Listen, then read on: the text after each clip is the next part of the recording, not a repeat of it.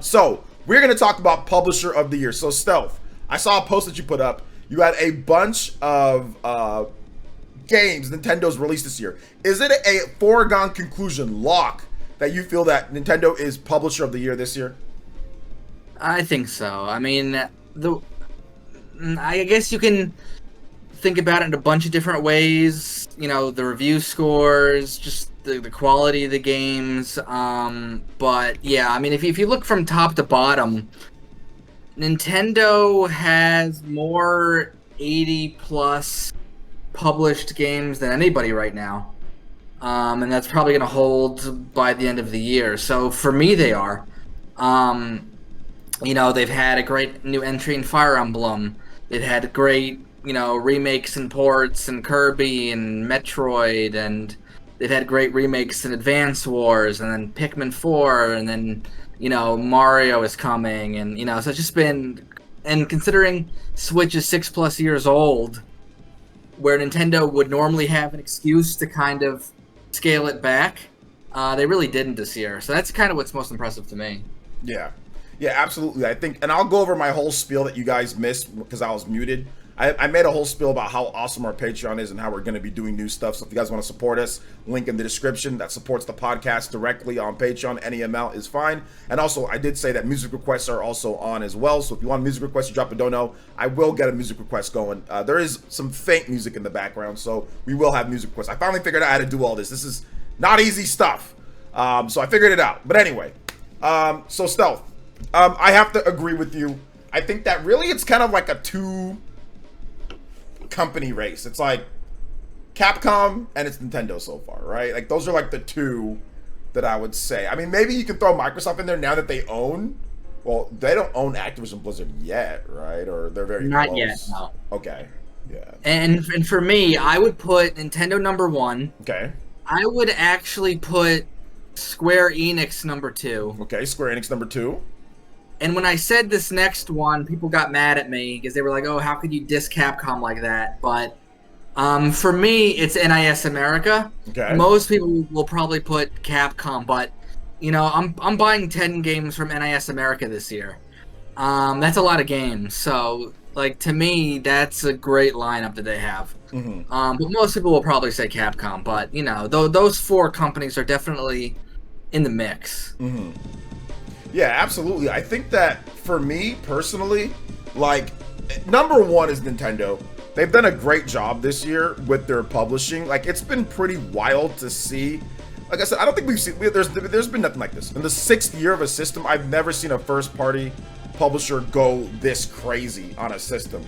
So yeah, I'm gonna give it to them. But yeah, if I had to put like a number 2, it's very interesting. Square Enix, Capcom, which one? I mean, you had Pixel Remaster. You had Octopath Traveler 2. You know, you had Final Fantasy. Rhythm, Final Bar Line. Theorhythm, which was really highly rated. People don't realize that was like an 87 or like 80. Yeah, it was a very highly rated game. So, and you have Paranorma, which was also very highly rated. Upcoming, you have the Star Ocean remake. Oh, which is looking... Dragon Quest. You have Dragon Quest Monsters. The only miss that they've had, I can't even remember the name, and it just came out, that PS5 game. I can never remember the name because I just didn't care about it at all. Mm-hmm. What was the name? PS5 exclusive. What was it? It was Forspoken. Forspoken. It's hard for me to remember now because it was so bad. Yeah, Forspoken. But so that was a miss. But then again, Capcom's also had a miss. Exoprimal isn't that great. Yeah. But yeah, it's definitely close. It's been a good year for Japanese publishers for sure. Mm-hmm. Yeah, absolutely. Yeah, I agree. I think that you know, it's been a very good year for them, and they've done a great job overall.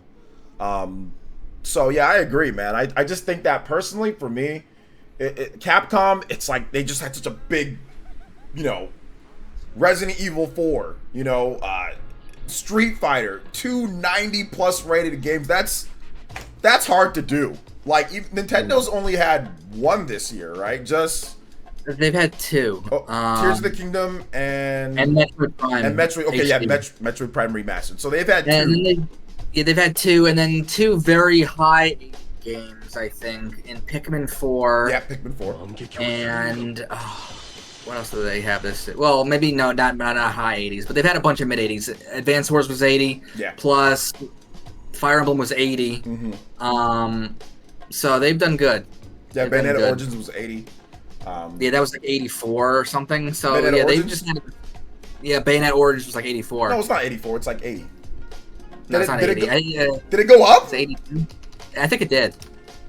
I don't think maybe it's not 84, but it's not 80. Oh, okay. Is it okay? Last time I checked, I thought it was an 80. Oh, 81. 81. 81. Okay, yeah, 81. So it's not 80, but it's above 80. It's 81, which is really good for that type of game. Yeah. So you know, Nintendo has had two 90s and a bunch of 80s. Yeah, and you know what? Somebody in the chat said this, and I'm going to say this. Shout out to my man, Jorge FT. Thank you for the tune-in tier. Welcome to the Elite Ninja Squad, my man. I appreciate you. Thank you so much for becoming a member. Check out your perks package on the main homepage. But Future Redeemed. That's another 90, man. That's true. I wish that game was a separate game too. Like, so I wish it was not just tied to the. I wish Nintendo actually made it physical in a separate game with it, because I think people would kind of acknowledge it more like that, like Torna was. But it was significantly higher rated than Torna. They both had a very low amount of scores, or sorry, not scores, reviews.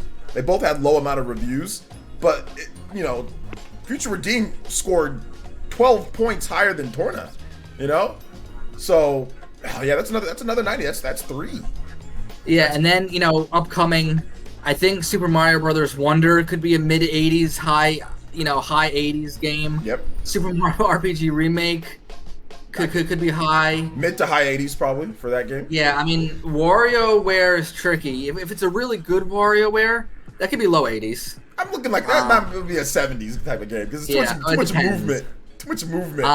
Yeah, and I think Detective Pikachu is gonna get knocked for the graphics. Oh yeah, that's gonna be 70s. I think that's probably gonna be like a 70s rated game. But still, it's like, you know, with everything combined. Yeah.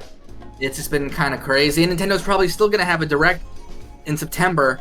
You know, I'm not putting. It's not common that they have a game in December, but you know, I'm not putting it past them to have something. Yeah. So, you know, it's just a ridiculous lineup. Yeah, absolutely, man. I agree. I agree on that one, man. Definitely agree on that one. So, let's talk real quick. Let's go ahead and move on to the next topic here, man. We are going to discuss briefly the PS5 Pro rumors and reports. So, there's a bunch of rumors and reports about the PS5 Pro.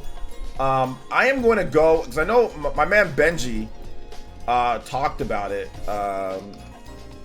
So I'm going to go on there and check out what he has to say because it was pretty interesting. It was very interesting to see what he had to say about, or what the reports are at least. So it's codenamed Project Trinity.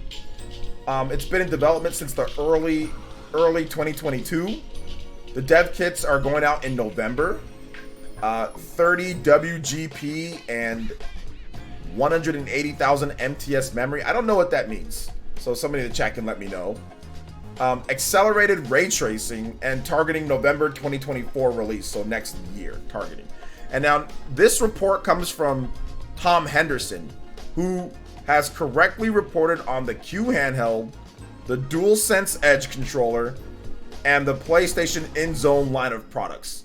So he has a very strong track record of getting PlayStation hardware right.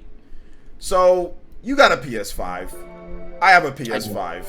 Are you gonna pick this up? Does it depend on the price?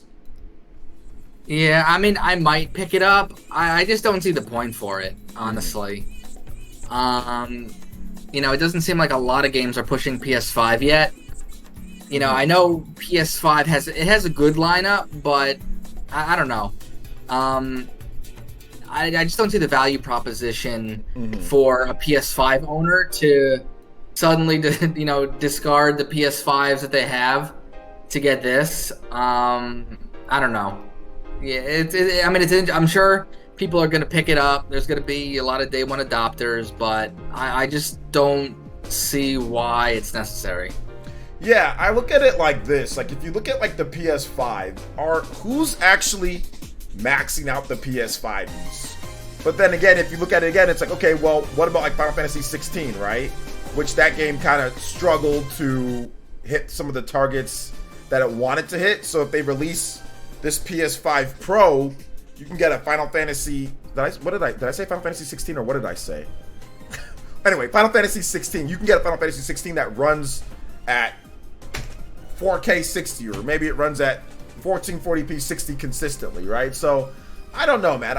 To me, they haven't really maxed out PS5, so I'll probably pick it up because I bought a PS4 Pro. I bought an Xbox One X, so I'll probably pick it up, but I'm not going to be in any rush to, I'll be honest, because I don't play my PS5 as much as other people. However, if I was a hardcore PS5 guy, I would absolutely, want to play it or want to have this thing day one and all that, So, I don't know.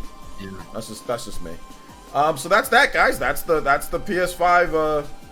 That's the PS5 Pro reports, rumors, and all that good stuff. All right, next up, let's talk about some Pikmin. So I cut you off before, but Pikmin 4, the game just came out today. I know you probably haven't had much time to play it, if I'm correct, right? Honestly, I misjudged when Amazon was going to ship it. So I might not actually get it until like next week, which is kind of a bummer. This seems like a common occurrence with Amazon, even on the standard releases. Yeah, Amazon's shipping has gotten so slow, but I could go off on them if I wanted to. It's terrible.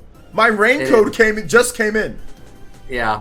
So I'm probably going to be a week behind on Pikmin, which is fine because I'm playing some retro games now, actually. But yeah, I mean, I'm seeing everyone loving it, and I wanted to bring this up. You were right about the reviews. If everyone recalls last week, yeah, I said it was gonna score an 85. I think you said it was gonna score like 86, 87.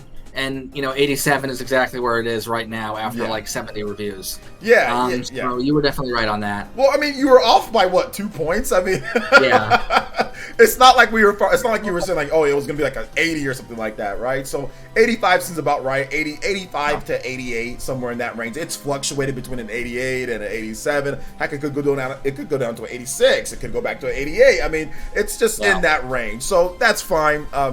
But yeah, I did feel that it could, it could do it at least, it can do a bit better than Pikmin 3 Deluxe. I thought that the reviewers would make sure that it was at least above that game, which was at 85. And this game's better than that game. I've played it just a little bit, and I'm already more enthralled because there's a dog. Like, the dog just already, because you instantly, like, it's just, like, right there, right? So, the demo's up, so if you want to play that in the meantime, I guess you can still. But oh no, you said that you don't play demos, do you? You're not a big demo I don't guy. play demos. Yeah, I'd rather just wait for the full game. Yeah, you're not a demo guy. But this one transfers over, but either way. It's just instantly better. The controls... The game's not in 60 frames, but I played the game and it feels so responsive. I guess it's because of how they do like the buff or whatever, but it just feels way more responsive than even games that are in 60. Like, it has like this nice...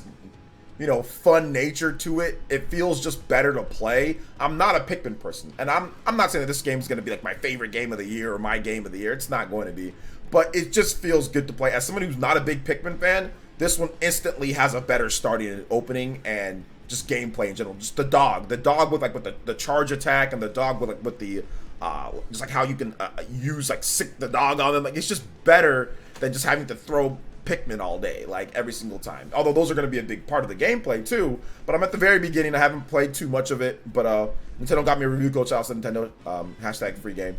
But yeah, man, I'm looking forward to playing it more. I'm looking forward to playing it. And in terms of like the sales, I guess we'll find out next week in terms of Japan. But it's tracking for a pretty huge opening in Japan. What would be your guess if you had to guess about, like, what would be your prediction? Because I think we talked about it before, but I guess we can discuss it again. Yeah, I say in Japan it opens 350,000 physical. Whoa, that would be huge. Yeah, I'll go high. Yeah, I know it's pretty high, but it's Yeah. kind of how it's trending. Okay. I haven't looked at the latest COMG. Is the latest COMG tracking, is it like way above like FF16 or is it like... I think it's right around FF16, but might be above at this point. But yeah, it's looking to be a pretty decent opening for Pikmin. Okay. Yeah, you know, I have not looked at the latest COMG charts, so that's something that I'll probably do. Maybe I'll talk about it in a video or something like that. But yeah, if it does that big, obviously Pikmin is elevated a bit more, right? Like, 'cause that's a pretty big opening for Pikmin. It's a huge opening for Pikmin. But this is it's, to be honest though, like Pikmin's never had a chance, has it? Like it's never really had a chance. Yeah, I mean, the first two games were on GameCube, which was not a good seller in Japan, and then the third game was on Wii U, which was even worse in Japan. Yeah. This is the first time that a main game has actually been on a successful system in Japan. Yeah. Or anywhere for that matter. But in terms of like a new game, right? We had like the new play control, but nobody wanted those. Those were like worse than like the original game. New play control is like, is this downgraded? Like, how is it worse than like the original game? So yeah, we had like the new play control Pikmin, and then we had Hey Pikmin on the Nintendo 3DS, but that's not a Pikmin game, like a normal Pikmin game. That's like a different spin-off platformer thing. That's not very good. So yeah, what are you giving like what are you giving like after like a couple years or so? What, like lifetime to date? Like what would you give Pikmin 4? I mean, I'll say 4 million, which would make it the best-selling Pikmin game ever. Easy. Clears Pikmin 3. Yeah, so I think 4 million plus is a good starting point, and we'll see how things go. Okay. Cool. Good stuff. I got to ask 2 questions here, Stealth. One, sure. Have you seen Invincible, the show? I've not. 2, have you seen The Boys, the show? I have not. Oh, I am really behind on any TV. Goodness gracious, because I reacted to the Mortal Kombat 1, which is coming out on Switch too. You're not a Mortal Kombat fan, are you? I am. I'm a big Mortal Kombat fan. Oh, you're a big Mortal Kombat. Have you seen the latest Kombat 1 trailer? Yeah, the one that just dropped, and the Kombat Pack trailer. Yes, the trailers. Yes, the Kombat. Okay, so you are a big Mortal Kombat fan. Okay. I am. So what did you think about the trailer and the Kombat Pack trailer? As somebody who, obviously you've heard about Omni-Man and Homelander, did this do anything for you? So the first trailer, I like that Lee May is coming back. Her fighting style looks great. Always love Baraka. Tanya never really played with. I mean, the Kombat Pack was like leaked like the day that the game was announced. It is somehow always happens. Yeah. So we all knew all 5 characters. We all knew that. Yeah, honestly, I have no interest in these guest characters whatsoever. Ermac's design looks terrible. Takeda's design looks kind of bad too. Quan Chi looks the same. From a gameplay perspective, I'm going to play Ermac. I'm going to play Takeda. But yeah, a little underwhelmed by the Kombat Pack here. Yeah, because I mean, obviously you didn't watch Peacemaker either. So John Cena, yeah, nothing. Oh man, you know what? Here's the thing, Stealth. You know what would be dope? I know it's gonna be hard, but if you watched The Boys or if you watched Invincible, I guarantee you your hype would be through the roof. Because Omni-Man and Homelander are legit G's. These guys are nuts. Like, and they did an incredible job. I think you would like Invincible. You like animation though, right? You like, yeah. I think you would like Invincible a lot. I don't know if you like The Boys, but I think you really like Invincible. And it's short. Yeah, Invincible's not very long. Yeah. I mean, it's funny. These are like, out of all the fighting games have guest characters all the time. This is like one of the few instances where I really don't know anything about those characters at all. The Mortal Kombat 11's first Kombat Pack had like Terminator and Spawn, and everyone knows those and Joker. Everybody knows those characters. So I was more excited for them. These, I just don't know them, so I can't really say one or the other. I'm just more disappointed in Ermac's design. It's just terrible.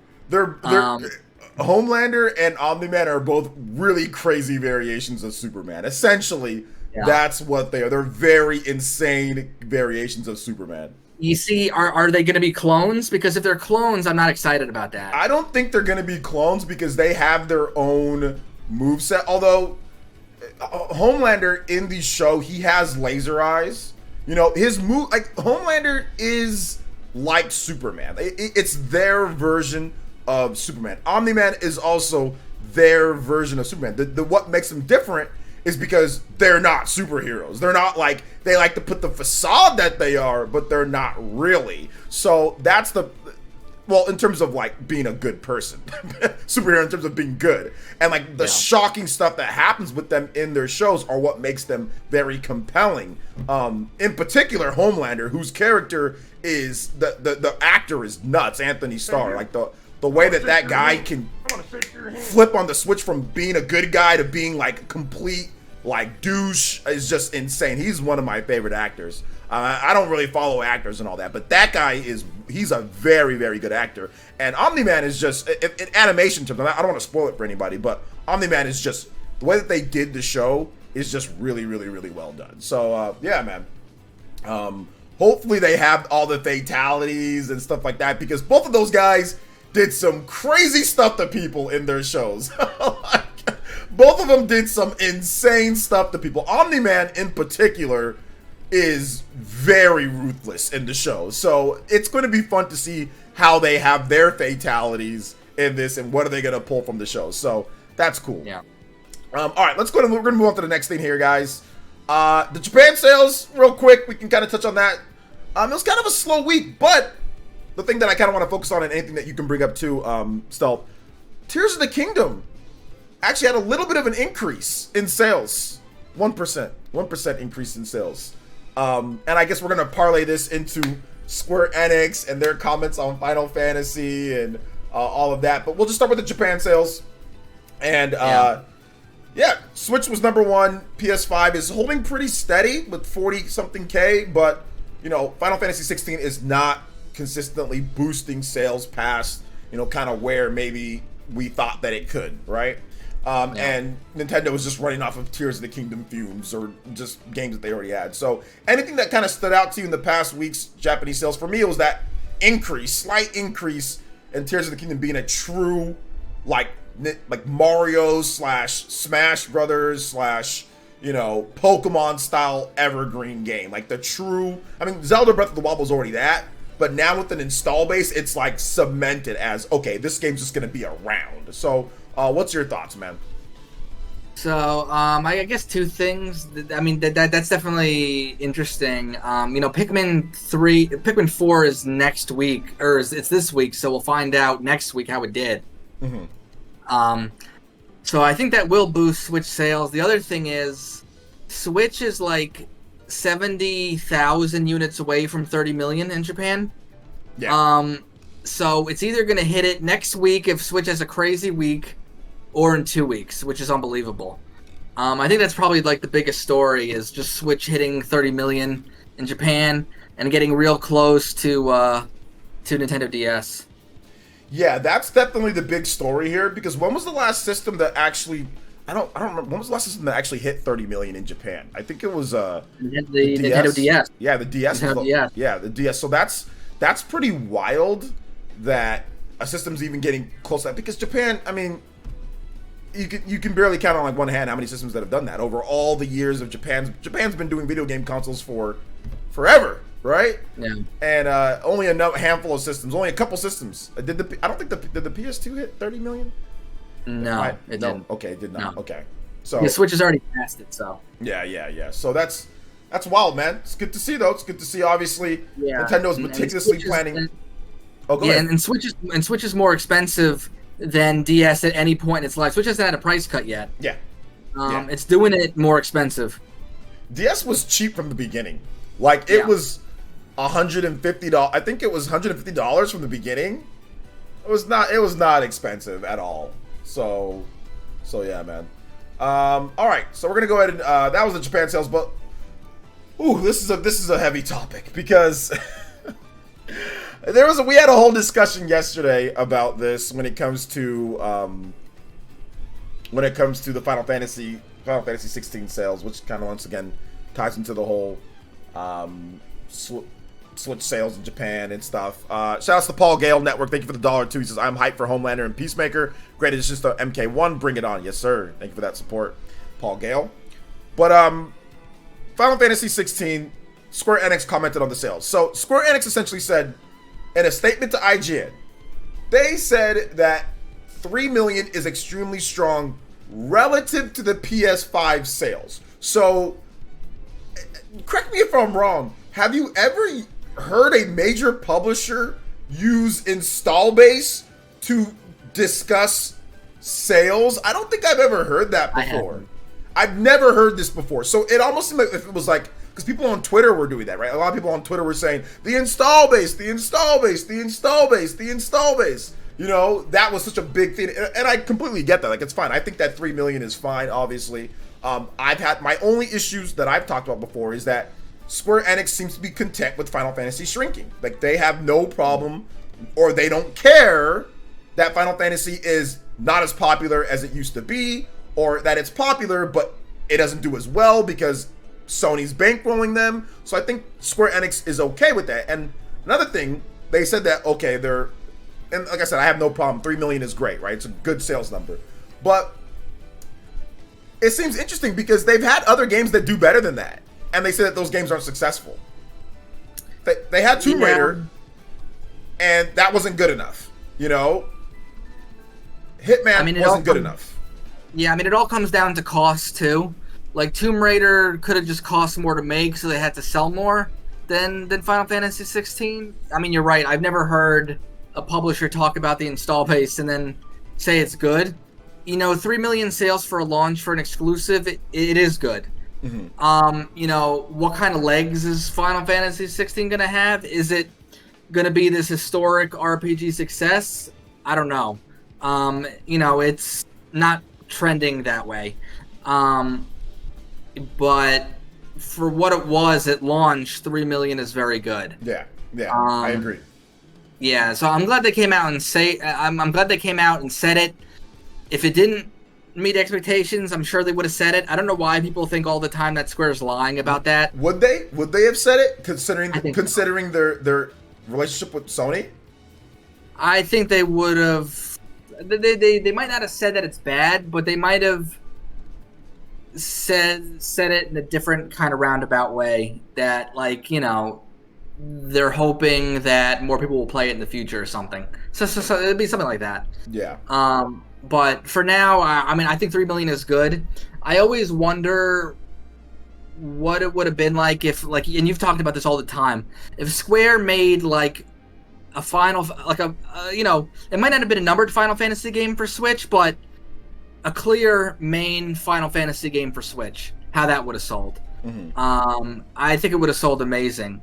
If it was good.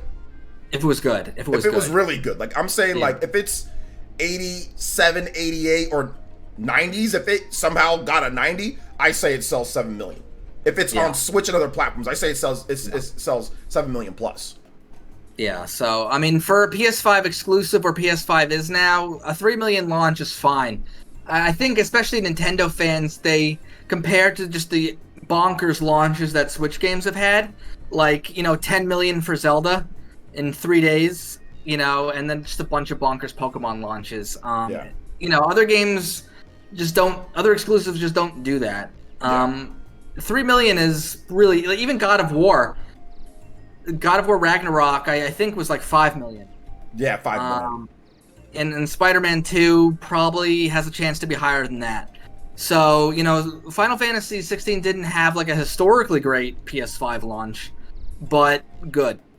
Yeah, good launch. So, Square Enix, in this case, you know, I think that, I don't think that they're lying about what's going on here or anything like that. I think that the launch was solid overall. I just pointed out a couple different things, which I guess people got upset with. I said that, like, okay, the install base launch was good, but I pointed out, like, I separated. I said, well, if you look at Japan, it had a bigger install base, and it actually did way worse, you know, in terms of the opening compared to what it was before, compared to FF7. So it's shrinking in that sense when it comes to Japan. Now, worldwide, install base-wise, obviously the PS4 had a huge advantage with FF7 Remake, and with FF7 or sorry FF15. But yeah, overall, I think Square is content because once again, Sony's bankrolling this. So if it launches 3 million, that's good for them. It's good enough. They're not really worried about the game doing 15 million. I think Final Fantasy is, in today's day, if they made a Final Fantasy game that was, you know, as good as the old school ones, it could be a 15 million seller if it's multi-plat. Final Fantasy 15 isn't incredible. I think that's the reason why the sales fell off, but they did everything they could to actually get another 5 million in sales over the course of all those years. They, you know, with the patches and updates and all that, the game being discounted. But if Final Fantasy 15 was actually like really good, that game would have sold way more. It would have sold way more. So if they can get back to making like Final Fantasy 16 is good. It's very good, but it's on one platform, you know? So going forward, let's see what they do. And I think they're okay with the 3 million. It's a $70 game now, you know, and Sony bankrolled a lot of the development, so they're fine with it. And as long as they're fine with the game not being as popular as it used to be, we all have to be fine with that. They do not care. I don't think Square Enix cares at this point. So yeah, it is what it is. They have their relationship and they're going to keep it that way.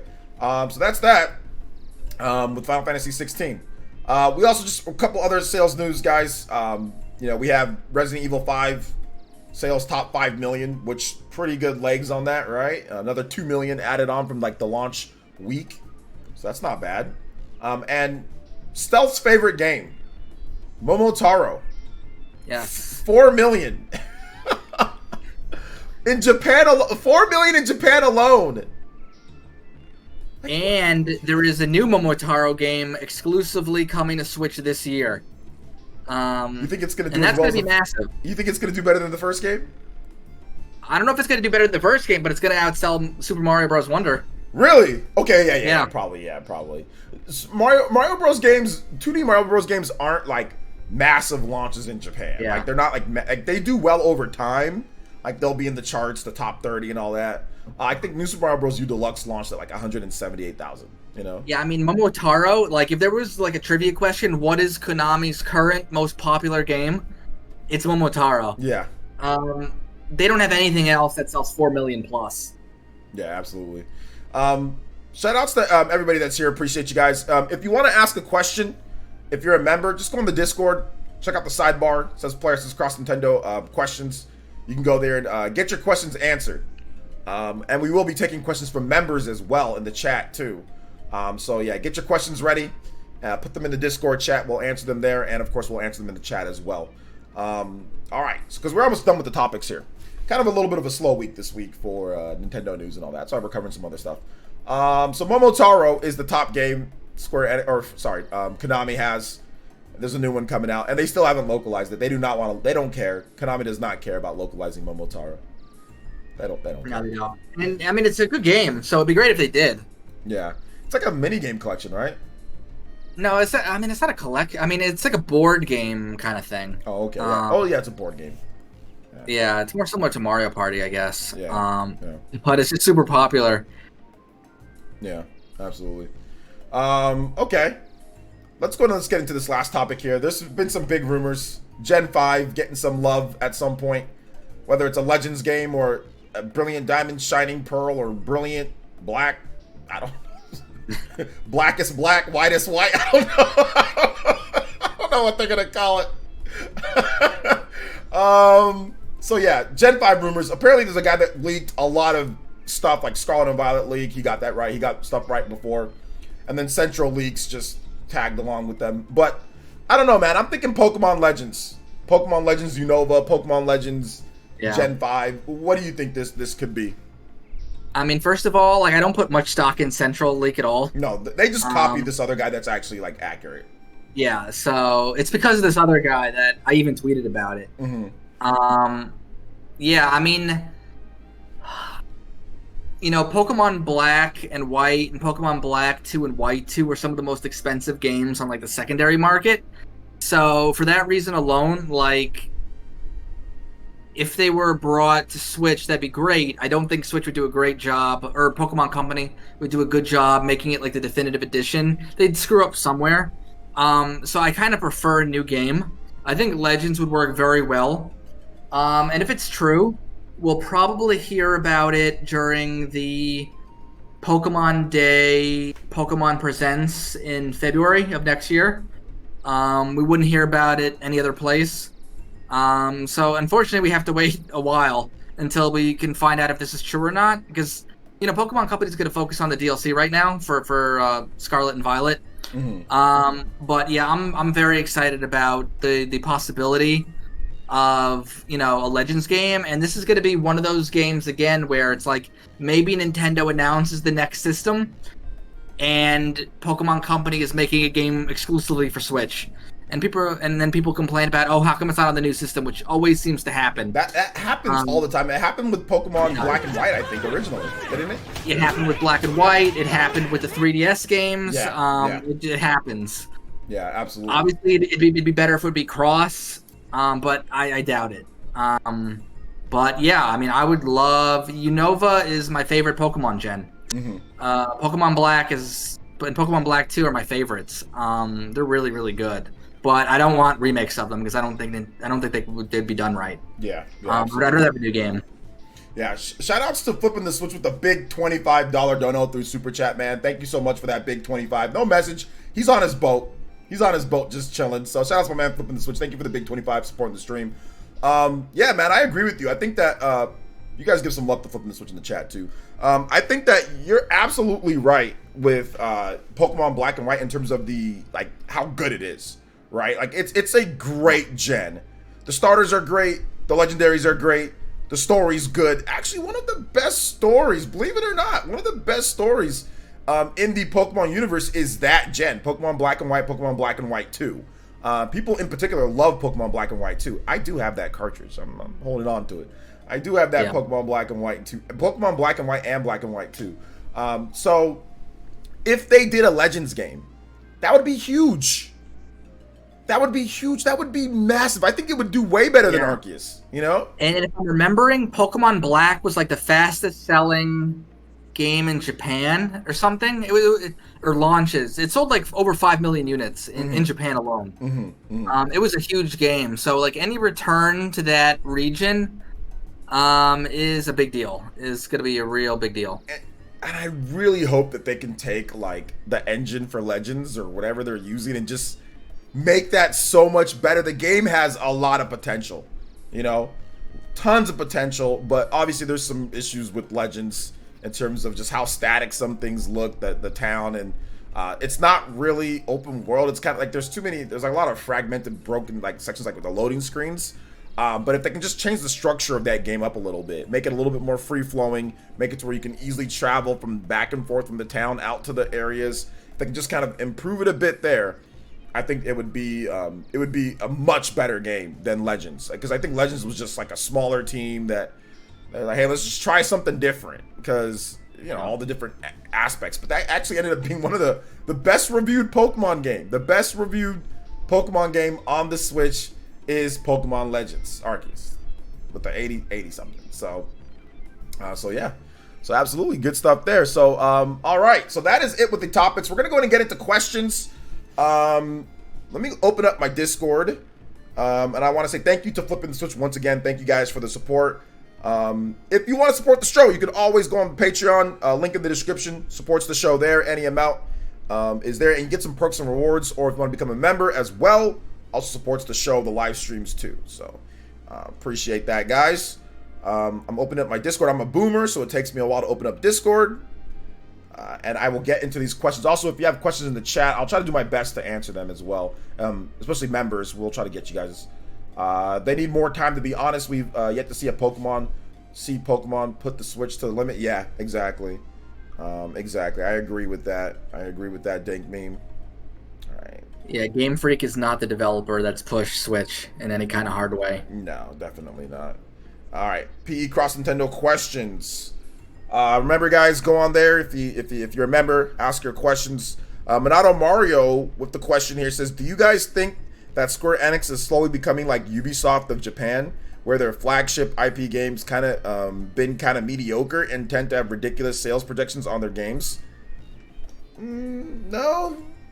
I think Square Enix is pretty good compared to Ubisoft. I don't know. What do you think, Stowe? Yeah, I would. I don't think the comparison is great. Square Enix they have had a few games where they've been under projection, but look at all the Team Asano games, look at all the Yep. retro games, that they've all hit expectations. Yeah. People just focus on what doesn't, which is fine. But yeah, I mean, Square Enix has had a bunch of really good back-to-back-to-back software years, in my opinion. Yeah, I think Square Enix, like, if you look at a lot of their games, like, I think sometimes you can kind of see some of their stuff like Valkyrie Elysium or like Star Ocean, Divine Force, but like they're coming back pretty strong this year. They've done a great job with the Pixel remaster, finally getting that out on Switch, PlayStation 4. They did a good job with their rhythm. That was great to finally get that. I mean, I don't think we're gonna see that game anymore. That franchise might be done, but get one last good one out there. It has a lot of music, good DLC stuff with that game. So get that game out there. Final Fantasy 16 was obviously a bit controversial, but it's still a good game. And then Traveler. What's up? Oh, Octopath Traveler. Octopath Traveler was incredible as a game, like, really good as a game. And then Star Ocean, the second story, like that game, that has more effort put into it than anybody even thought that they needed to do. After the first hope, or not the first hope, sorry, after the first departure. I was like, okay, yeah, they just ported over the PSP version, added a few things. Okay, great. But man, they really went in with the second game here, which is more than what they ever do with Star Ocean. Star Ocean's been stagnant for years, for decades. It's been stagnant. This is the most exciting Star Ocean ever. Yeah, I mean, Star Ocean. And then they're ending the year with a prequel basically to Dragon Quest IV and Dragon Quest Monsters, a series that hasn't been localized since the Nintendo DS. To me, that's like one of their most exciting releases in a very long time. Yeah. If people are looking for like a Pokemon alternative, this is it. Yeah, absolutely. Although they showed some of the graphics, maybe the graphics for some people. Yeah, I mean, if you watch the trailer, it looks a lot better. The screenshots don't do it favors. You're right about that. I noticed that particularly with the screenshots compared to the Japanese trailer direct. Yeah. So if you go to the Japanese trailer, directly to the Japanese trailer, not that one looks way better than the screenshots and everything. Like it actually running. That's what YouTube compression. So yeah, the screenshots are never nice to Switch games at times. They're never really nice to Switch games. It's always hard with the screenshots just because they're not in the highest resolution and all that. But should look okay on the screen, especially if you're playing on like a Switch OLED portable.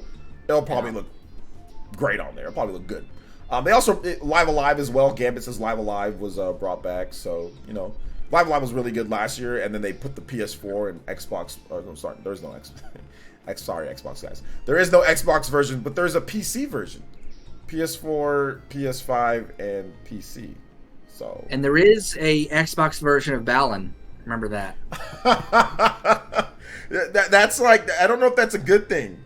I don't know if that's a good thing, guys. I don't know if that's you know that Balan is the one game that has been announced on an Xbox stream? That's like the one Square Enix game recently that's been announced on an Xbox stream. I actually didn't know that. Yeah. I didn't know that at all. Real quick, did you get the Pyramid or amiibo? I am not an amiibo person. Okay, yeah, you're not an amiibo person. I just don't have the. I mean, I'm collecting systems and games. I just don't got the room. Yeah. I mean, I love them, but I don't. Did you pick them up? I did get it, but it's not at Best Buy right now. Like I pre-ordered it, but they're saying that it's not ready or they haven't shipped it there yet. So they look cool. Apparently they unlocked some like outfits or some stuff like for the Sword Fighter and Xenoblade Chronicles 3. Yeah. I mean, I feel like the fact that I bought every game, that's like enough support. Yeah. Buying every game is enough support. That's enough support for sure. Stealth, people want to know your opinion on Xenoblade Chronicles X. Is it happening? Is it I'm gonna say it will happen eventually. Okay. I don't know if it's gonna happen on Switch, but if Monolith Soft wants to make an X2 at some point, I think they will. Yeah, I never say never. I never thought that they would port Xenoblade Chronicles a third time, and they did. Yeah, that's true. Xenoblade was like, it was interesting because the fact that the game almost never came over at first, like, that was the wild thing. And then after it came out, they're like, oh, we can make money on it. Well, let's port it to everything now. Like new Nintendo 3DS, the Wii U via Wii Virtual Console or whatever, then the Switch. It's like, okay, now we port the game multiple times now. So my hair, I haven't even tweeted this. My harebrained prediction of what the next Monolith Soft game is going to be, I say it's going to be Xenoblade Chronicles Saga. And somehow they've worked this out with Namco. What? Where they're going to do a whole retelling. Whoa! It's going to be a retelling of Saga. Wait. That's my prediction. A retelling? Okay, I want to talk to you about this. A retelling of the original Xenosaga? The way they want to do it. The whole story, the way they want to tell it. So the way I think, like I've had this name, Xenoblade Chronicles Saga. Okay. So no longer Xenoblade so it's not gonna be Xenoblade Chronicles 4, but Xenoblade Chronicles Saga, so a whole new thing. That's my kind of, I don't know, dude, out there prediction. That would be so good, especially after ending of Future Redeemed. That would be like the way that everybody would love it. It's like, okay, bam, you have Xenoblade characters, style, Xenosaga mixed with it. Cosmos maybe a main character as one of the characters that you can use, or you fight against. Of course, yeah, main character. Man, that would be so good. Yeah, as soon as I was done with Future Redeemed, I was like, you know what? Why not? Yeah. Because I don't want to talk about it, but there's to say there's connections to Xenoblade Saga or Xenosaga in Future Redeemed. But yeah, that's kind of what I want to see. Yeah, I want to see that. Yeah, I don't think you think that's gonna be the final name. Some people saying, oh well, that'd be like a redundant name, but I don't think that'd be the final name. Like Xenoblade Chronicles Saga, right? I don't know if that'd be the final name.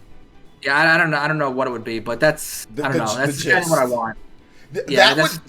If they did that, that would take the series to new heights popularity wise. Yeah.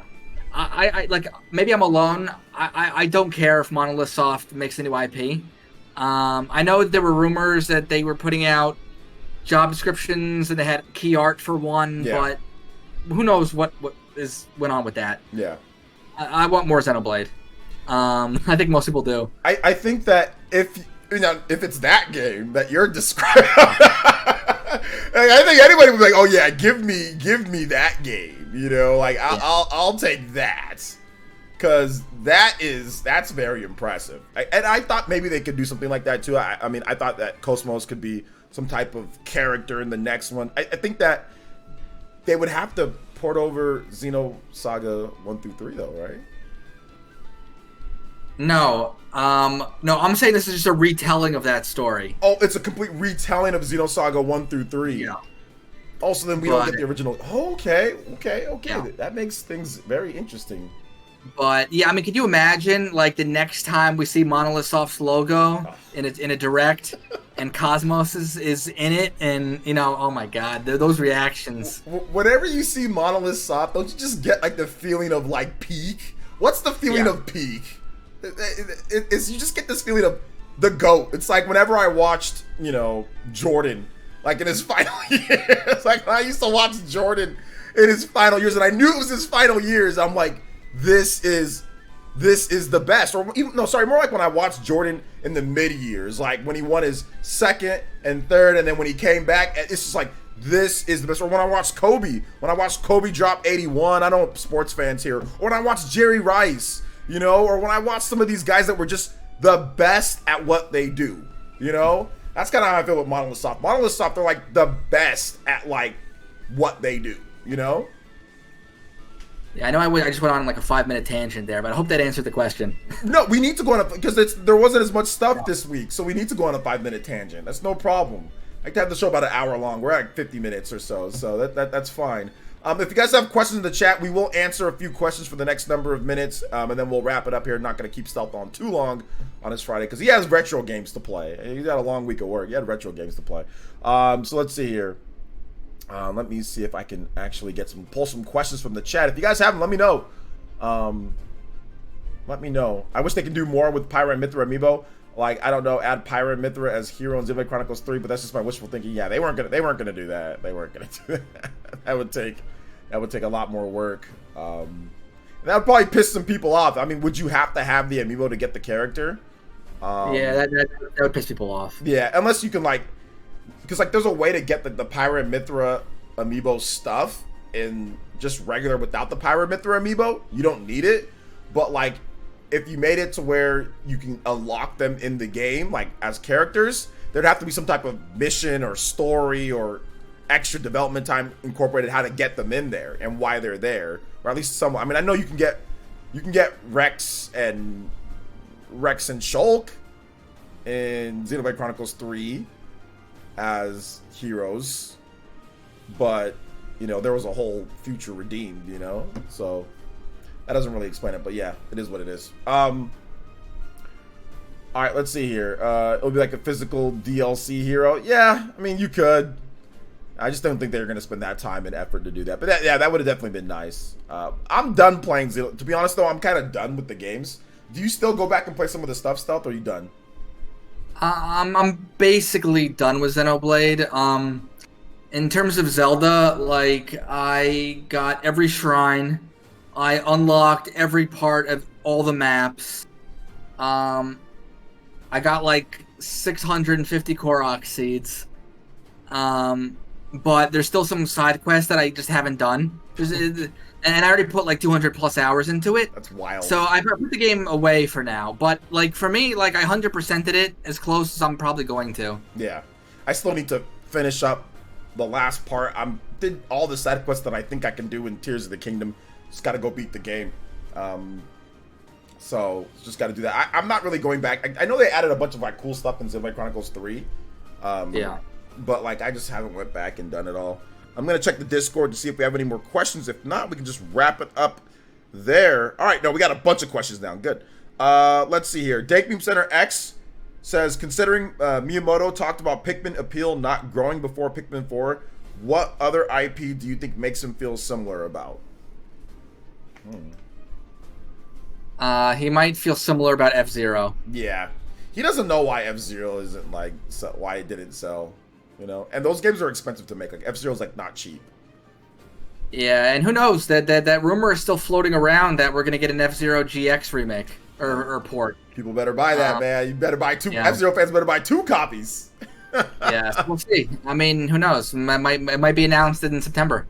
Yeah, when Xenoblade Chronicles first came out on the Wii, bro, it sold over 1 million on the Wii, right? I'm pretty sure that was only like a small group of people and everyone buying this. Yeah. Everyone buying multiple copies. Yeah, and it was GameStop exclusive. Yeah, I bought like 2 or 3 copies of that game over the course of. I bought 2. Yeah. I bought 2. It's because like we had to like scratch and claw and fight for like, man, if we don't do this series is gonna be dead if we don't support it. Yeah. So y'all better buy it. Y'all better buy it.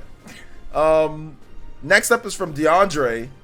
And he says, when it comes to the Pokemon Legends games, do you think they're once per console generation thing? It feels a little too early for another one for me. So what do you think? Pokemon Legends once per generation? I don't think it has to. I mean, Pokemon Company has never ascribed to a once per generation thing, even for side games. I mean, 3DS had 2 Pokemon Mystery Dungeon games. So, you know, I don't think it has to be that way. And of course, you know, there's been 2 main generation games on Switch, so I don't think it's a problem as long as the game is good. Switch has too high of an install base to ignore. You know, the next Switch is going to take some time to ramp up. So either it's going to be Switch exclusive or they're going to be on both. Mm-hmm. Yeah, gotcha. All right. I think that Pokemon Company doesn't follow any type of rules in terms of they have multiple main games on a generation. I mean, Pokemon Sword and Shield, Pokemon Scarlet and Violet. You know, like, so I don't think that they care at all. All right, next up is from J2 Blue or J2 Blue Tunes. It says, how many games do you think Nintendo has left for the Switch next year with the upcoming next gen console? How many games? Well, okay. So I guess we're gonna count some rumors here. Metroid Prime 2, the Pokemon game, Luigi's Mansion 2 HD, Princess Peach. That's already 4. There probably will be more. You know, So yeah, I mean, I don't think it's going to be a very empty slate next year. It might not be like as many heavy hitters. That would be their going into their 8th calendar year, right? Yeah, I know. Yeah. That's crazy. Nintendo thinks this is like the Game Boy or something like that. Remember, like the Game Boy was like forever. They might think that. They might think that. Yeah. So like people are saying we need a new system. They're like, do we? The new system's coming. I just, you know, just don't know when exactly. I mean, I don't know. I mean, I think it's gonna be next year, but we'll see. We will see. All right. Next up is from George. He's a member of the chat, and he says, "Would you want ILCA to develop another Pokemon game after Brilliant Diamond, Shining Pearl?" Not really. I don't think so. I mean, Brilliant Diamond, Shining Pearl wasn't as bad as everyone made it out to be, but it wasn't great, you know. And they also made the One Piece game. Yeah, So, and they're aren't not- they also working on like Sandland for Yeah. Namco now? Mm-hmm. So they're not bad Yeah. developers. I mean, they're okay. I think it's more Yeah, I about mean, I the think- resources. Yeah, I mean, I think if Brilliant Diamond, Shining Pearl had like platinum content, people would not be complaining this much. That isn't that the Pokemon companies? It is. Call, though? It's yeah, it is. I mean, it's Pokemon Company's fault, really. Because they're the ones they just make the game that they want them to make. So they said, Yeah. hey, make this chibi game, make it like this, and they made it like that. I think they're very good at just, hey, they say make a game like this, and they're like, all right, we'll make a game just like you asked us to make the game. I don't think that they have their own take on things because they work on other IP for people, right? They work on One Piece, they work on Sandland, they work on stuff for other people. So I think they just make the game that the developer, that the publisher wants them to make. You know, I don't think they really have much of a call to change things up or put in certain content. So I'm not gonna put that on them. But I mean, yeah, if they made another Pokemon game, I want it to be better managed in terms of like if, let's just say they did like Pokemon, you know, whatever, another Pokemon game, and like if it was missing the content, if it wasn't as good, that's on the Pokemon company. That's not on them, you know. So yeah. But Mario with another question says, question related. Shout outs to the members. I'm definitely going to answer the people that are members' questions. Oh, hold up. Party Man says, any guess on when in 2024 Switch 2 releases? I think it's going to be spring to mid release, but it could go in the fall. What do you think, Stel? Yeah, I mean, I think it'll be announced early next year. There'll be a big event for it. But yeah, it'll release mid next year or holiday, especially if they have a 3D Mario. Mm-hmm. You can make that a holiday release for sure. Yeah, absolutely. Let's see. A question related to George: if Game Freak really can't make the next mainline Pokemon game, which video game developer do you think, or you would want to make the next Pokemon game? Oh, I have one. go ahead, Monolith. No, Who is it? it's a developer that you like a lot, Level 5. Oh, Level 5. Yeah, they could probably make one. They need to hire a lot of people though. Like I think Level 5 could definitely do it. Yeah. I mean, Level can you 5. imagine a Yeah. Pokemon game that looks like Deca Police? Yeah. Oh my. Yeah. I don't know. Level 5, they don't have any experience with competitive play, though. I think that's where they would have to, maybe if they team up with someone else, but Level 5 does not have experience with multiplayer. That would be the problem. I think they can make a dope single-player game. Like, I think Level 5, like, you give them Legends. I think if you let them make a Legends game, that would be incredible, because you don't got to worry about multiplayer. Pokemon Company Game Freak is still the best when it comes to monster battling. Like other monster battlers don't even come close to it. It's just the other stuff, the tech stuff. So Level 5 would be great. I would love to see them make a Legends game. I think that would be good. You know? And Level 5 would do it to get that Nintendo money. Yeah. Oh yeah. They would do it in a second, I think. Oh, absolutely. That's like, I feel like the ideal partner Yeah. for that. I would hope that they or even if they did help them work on the next game, I think that if you brought on Level 5 to help, that would be a big thing right there, you know. I don't think Nintendo should buy companies and all, but if there's one company that I think at level 5 would be like the perfect partner for, it'd be Nintendo. You know, like they'd be like the perfect partner to have. Yeah, I mean, I'm not a big fan of company acquisitions you are, but partner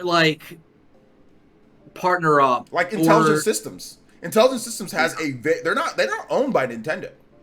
You know? Yeah. So if you partner up like that, that would be great.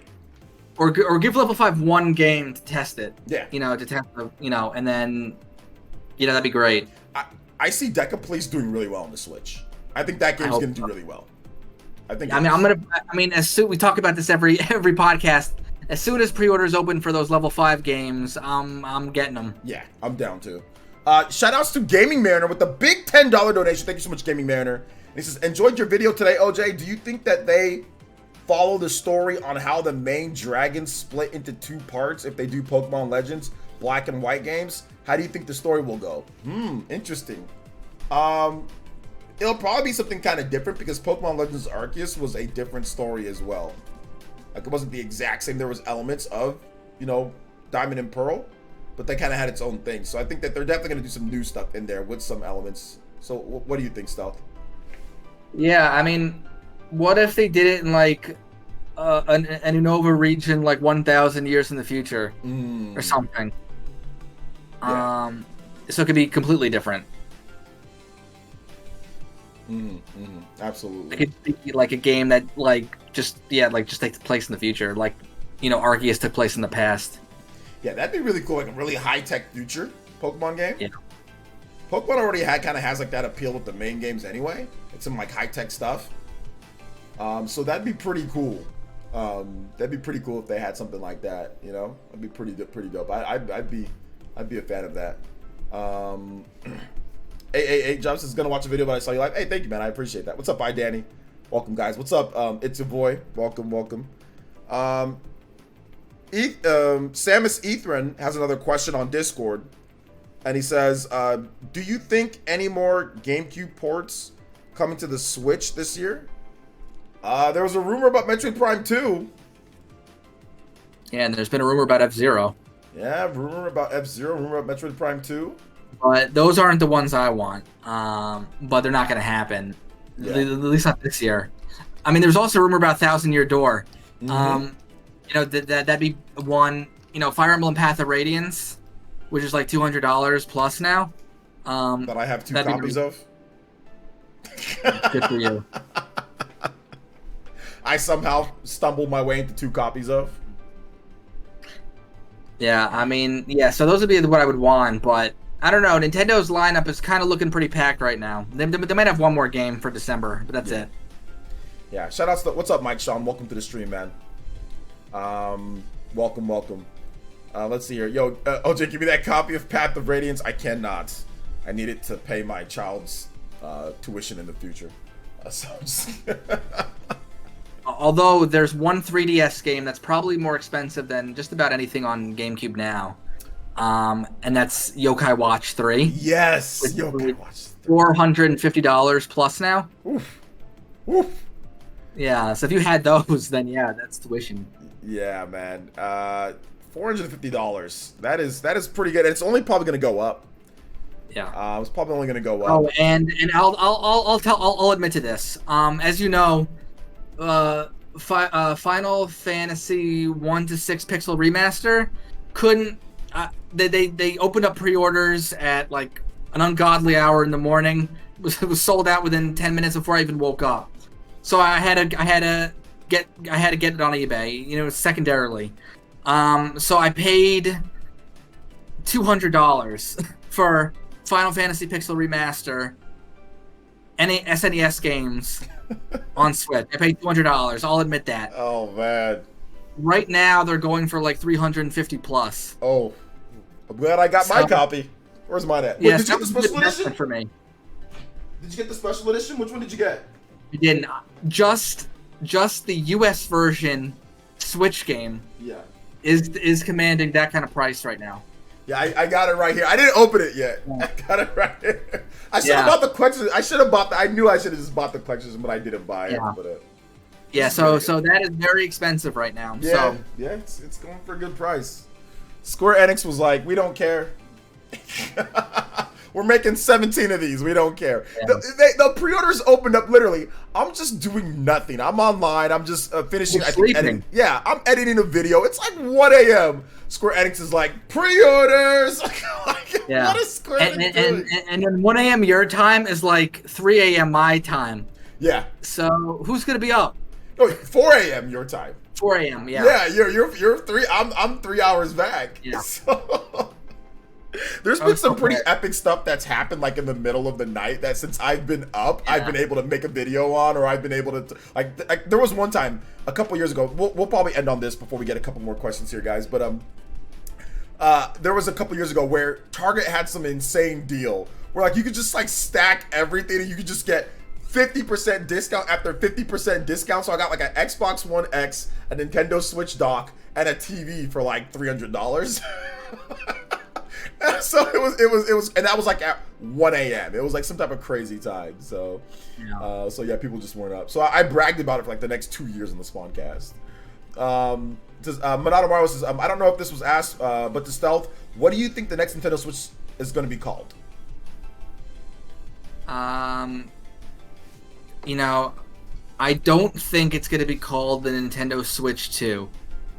I feel like Nintendo always has some kind of subtitle or something. Super Switch or I don't know, but I just don't feel like it's going to be Switch 2. That's too obvious. Yeah, I think Switch 2 is probably not going to be it. It's not going to be Switch U either. I think it's probably going to... I have a name for it, but I'm going to wait. I'm going to wait to say the name. But I have a name and a logo that I think that they're going to use. I don't see Shuntaro Furukawa as some type of crazy name guy. I don't see Koizumi and all them as some type of crazy name people. I watched the video the other day. I missed the old Nintendo. And I had a picture of the late, great Iwata. And I had him holding a Wii U. And... that's just not them anymore. Like, they still try to do some things. Obviously, Koizumi's kind of silly. He'll like the Nintendo Switch Sports segment, right? He's kind of silly and goofy, but literally, we've seen Shuntaro Furukawa like 2 times since he became president. He became president years ago. He's all about business, man. He's not... He's a businessman. Yeah, he's all about business. I think Takahashi is kind of about business. I think they're just not into the whole craziness anymore, which I get it, you know? The Wii U and 3DS scared the hell out of them. I'm okay if they're about making games. I mean, I don't need them to be like crazy people doing skits at Nintendo Directs. I just want to see the games. Yeah. So in that way, I'm happy about it. But yeah, like Furukawa is a businessman. He's not like an in front of the camera personality, which is fine because Nintendo has that. So it's good that it's not forced. Some people say like if Nintendo's not like that, it's good to not force them to be something that you aren't. You know, like and Doug Bowser isn't like that either. No, he's not.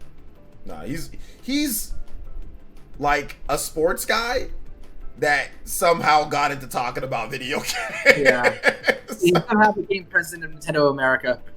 Yeah, but I think it's pretty impressive because I think he only has a bachelor's. I don't think he has a master's or anything like that. From what I know, I don't think he has like an MBA or anything. I think he just has Huh?